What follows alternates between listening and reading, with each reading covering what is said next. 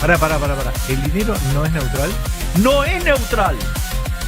El dinero, cuando vos metés el dinero y empezás a hacer política monetaria, lo único que haces es daño. Pero ¿y cómo crees que me manejen una economía si no hay dinero? Si no es neutral, ¿cómo hacemos?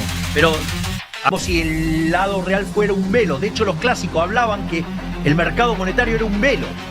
Vos lees, por ejemplo, John Stuart Mill y te explica la inflación y dice, no, el sistema funciona bárbaro. Salvo que venga algún pelotudo y meta dinero y después empiece a rosquear y genere unos quilombos de novela. O sea, ¿más dinero rompe el sistema?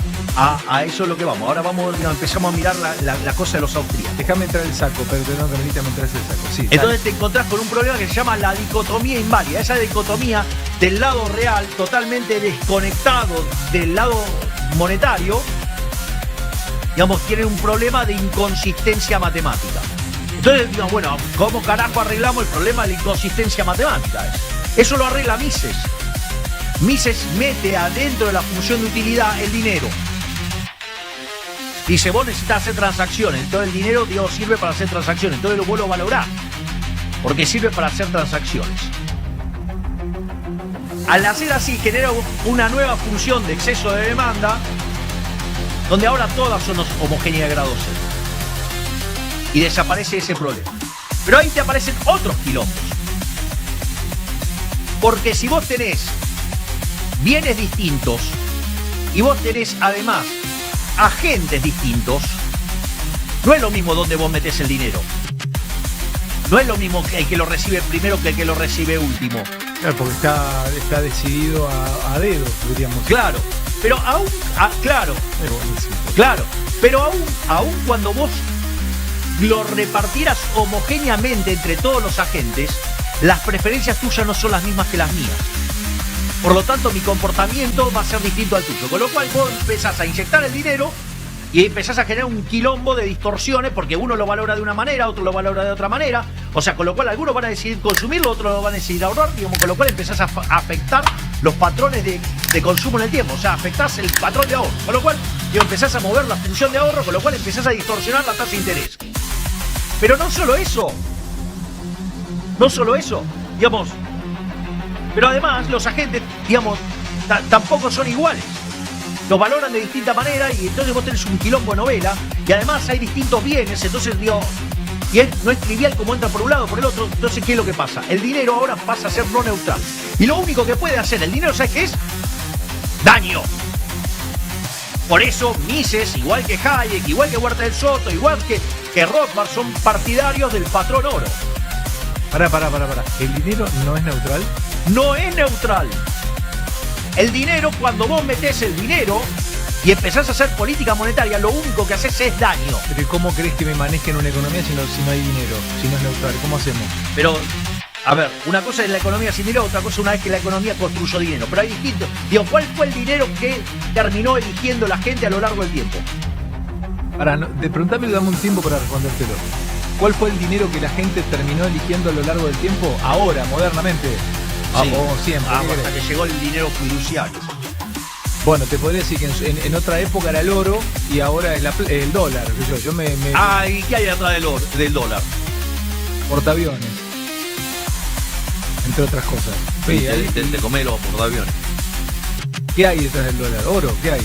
No, bueno, digo, es el punto. ¿Qué hay detrás del dólar? El dinero fiduciario. Pero discúlpame, ¿a vos te parecería bien volver al patrón oro? Yo lo que digo, yo no estoy hablando del patrón oro, o sea, yo lo que creo es en la competencia de monedas. Que cada uno elija la moneda que se le dé la gana. ¿El patrón oro cayó con el Bretton Woods? ¿Cayó del sistema o los políticos lo rompieron? Lo rompieron los políticos. Ok, entonces el problema no es el patrón oro, el problema son los políticos. Pero decidieron que se moría el patrón oro y se pasaba otro. Porque prefirieron romperle el culo a la gente con la tasa de inflación y no hacer el ajuste fiscal. Dale. Es una buena explicación. No me la explicaron en la facultad así. Está muy bien. No, bueno, claro. En la facultad, en general te enseñan cosas vinculadas a la defensa del socialismo, no en contra del socialismo.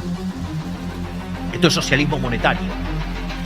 Entonces, vos aún cuando te inyecten la misma cantidad de dinero a cada uno, vos lo valorás distinto. Con lo cual afectás tu patrón temporal de consumo. Y aún así, en tu patrón de consumo presente tampoco consumís igual. Porque porque los distintos bienes te generan distinta satisfacción. Entendés que tenés dos dimensiones del daño. Una es el daño intertemporal y el otro es en el periodo. Con lo cual vos fabricás dinero, al margen de ser una estafa. Digo, el tipo que falsificó dinero y te estafó a vos, digo, está bárbaro, está feliz. Vos, ahora cuando después querés comprar y no comprar, te querés pegar un tiro a la bola, ¿no? Bueno, eso es lo que te hace el Banco Central. Es una estafa. Y ahí, digamos, es donde parte toda la cuestión del liberalismo, ¿no? Digamos, o sea, en lo que tiene que ver con la economía. O sea, el Estado es un mecanismo de estafa. Pero es perfecto, entonces entiendo le calza como un guante al sistema cástico político este tipo de teorías keynesianas o de intervencionistas. Sí, es claro, perfecto, boludo. Claro, O sea, pero sí, como... pero ahí hay un problema.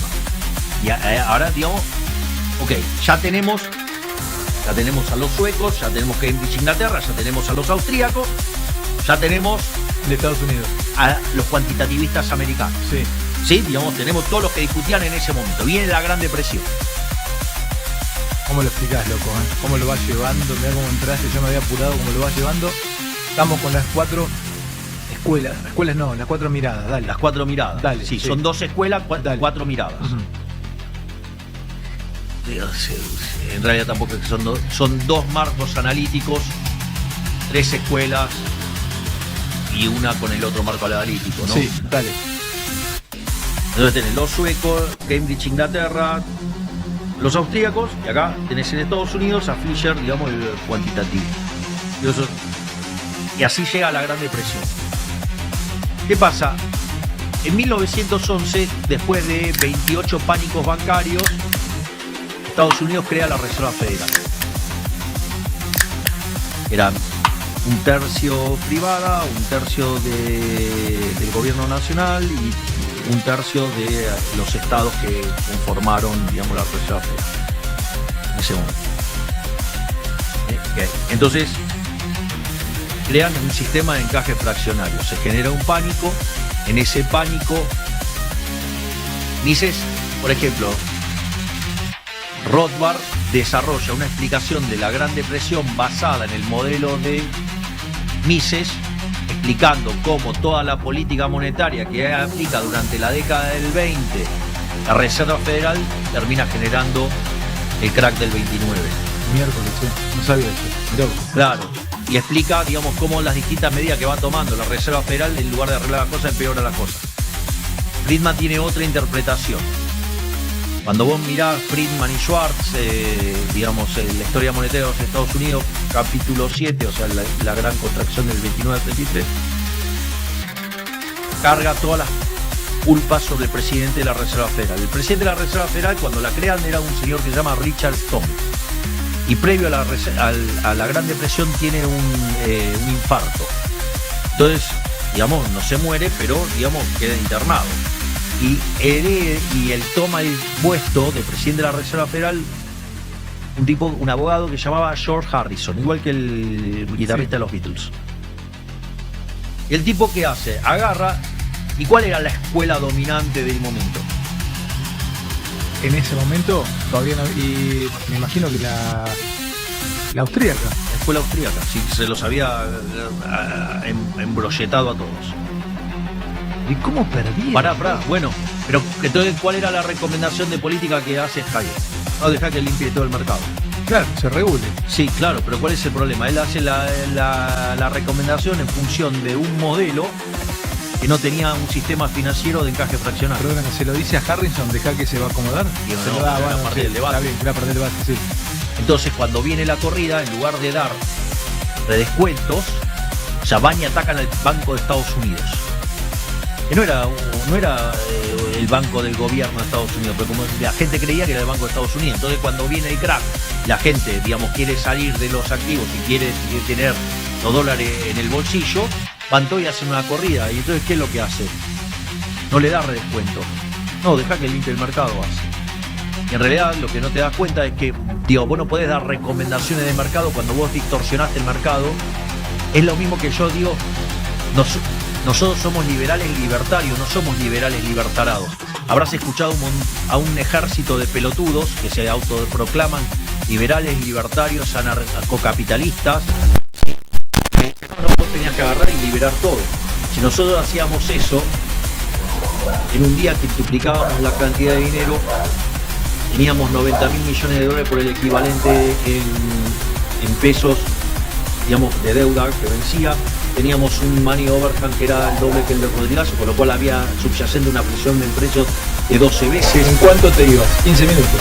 20 días.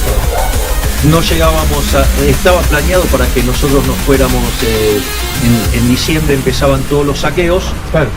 Y digamos en enero ya no estábamos más. ¿En cuánto te ibas? 15 Claro, y digamos iban a decir que la culpa fue de la libertad y estaba planeado para que nosotros lo fuéramos lo hacían de la manera que empezaban todos los saqueos, la culpa la hacían de la libertad y digamos en enero ya no estábamos más. Entramos en una lógica socialista que nos había